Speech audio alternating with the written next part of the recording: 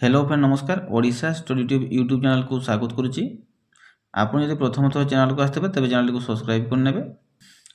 तो पिला माने आगु रही होमगार्ड लिखित परीक्षा। तो लिखित परीक्षा तो समस्त पिला मानू रचना लिखापी पड़ो। तो समस्त जमी रचना समस्त जमी क्वालिफाई मार्क रखिए और जमी डिस्क्वालीफाई हे ना। जदि कौन से पिला डिस्क्वालीफाई होती तो से टोटाल डिस्क्वालीफाई हो कौन से भाग नहीं पारे ना। तो जमीक से रचना से क्वालिफाई करें। तो पिला माने आज आम यही वीडियो रे परिवेश सुरक्षा विषय में आलोचना करवा। जदि यही रचनाटी पढ़ला तो आप मन दे शुणु जमी ठीक भाव लिखिपारे और क्वालिफाई मार्क रखिपारे। तो प्रथम लिखिए उपक्रम।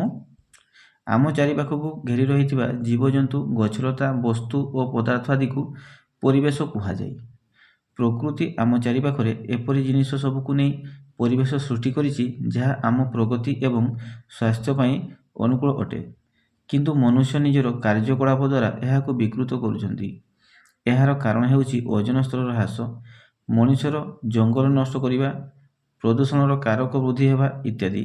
सेथिपाई आज परिवेश सुरक्षा करिवार आवश्यकता पड़ुछि। तापर लिखिबे परिवेश सुरक्षा पाई पदक्षेप।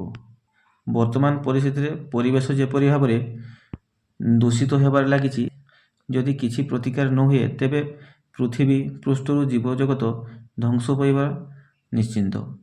परिवेश सुरक्षा निमित्त प्रधान अस्त्र है वृक्षरोपण। वृक्षरोपण निमंते सरकारी स्तर में सचेतनता जारी रही। सामाजिक वनीकरण, कृषि क्षेत्रीय वनीकरण, पुनः वनीकरण माध्यम लुप्तप्राय अरण्यगुड़ी को नूतन भाव वृद्धि करा जाउछि। जनसाधारण को सचेतन करने प्रतिवर्ष वन महोत्सव आयोजित हेउछि। परिवेशर सुरक्षा पाई लोक मानकु सचेतन करिबा निहाती दरकार। शिल्प कारखाना गुड़िक जो विषाक्त मल छाड़ती सेगुड़िक इतस्तत न फोपाड़िया एवं सेथिरु बाहरुथिबा बाष्प को रोकिबा पाई नुआ कौशल अवलंबन करिबा आवश्यक। नदी, पोखरी, समुद्र प्रभृतिर जल जेपरि विषाक्त न हुए सेथिप्रति कड़ा पदक्षेप नवा आवश्यक। मारात्मक तथा विषाक्त अस्त्रशस्त्र परीक्षा तथा व्यवहार संपूर्ण बंद करने दरकार। तो द्वारा आमर परिवेश सुस्थ रहिबा संगे संगे परिवेश रे बसवास करुवा मनुष्य और अन्यान्य जीवजंतु मध्य सुरक्षित रहिबे।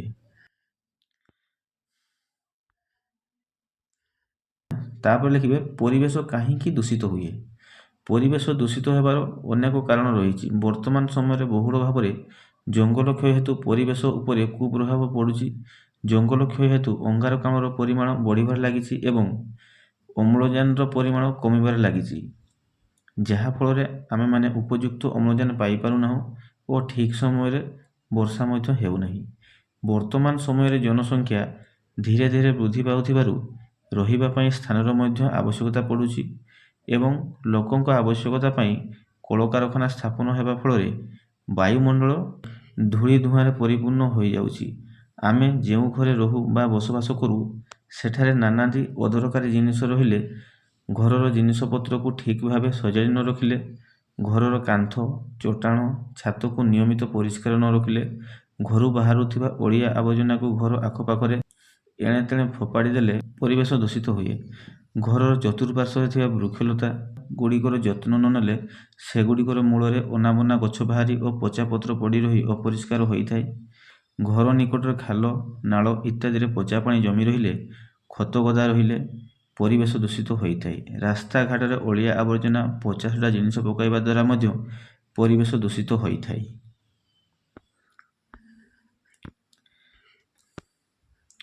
तापर शेष लिखिए उपसंहार।